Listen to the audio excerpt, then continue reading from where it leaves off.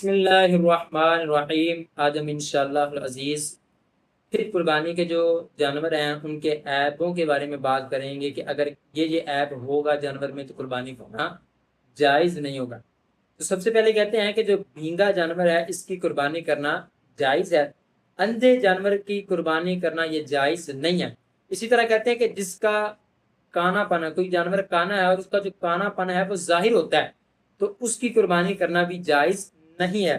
اور اسی طرح کہتے ہیں کہ اگر کوئی جانور اتنا کمزور ہے کہ اس کی ہڈیوں میں مغز نہیں ہے یا وہ لنگڑا جانور ہے اور وہ چل کر قربان گاہ تک نہیں جا سکتا، یعنی جس جگہ آپ نے اس کو قربان کرنا ہے وہاں تک وہ نہیں پہنچ سکتا، تو اس صورت میں بھی آپ نے اس جانور کی قربانی نہیں کرنی۔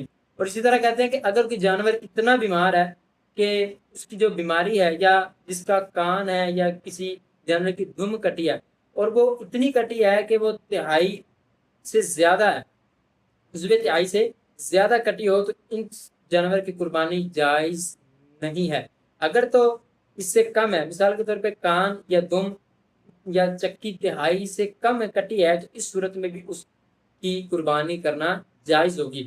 اور اسی طرح کہتے ہیں کہ جس کے پیدائشی کان نہ ہو یا ایک کان ہو تو اس جانور کی قربانی کرنا بھی جائز نہیں ہے۔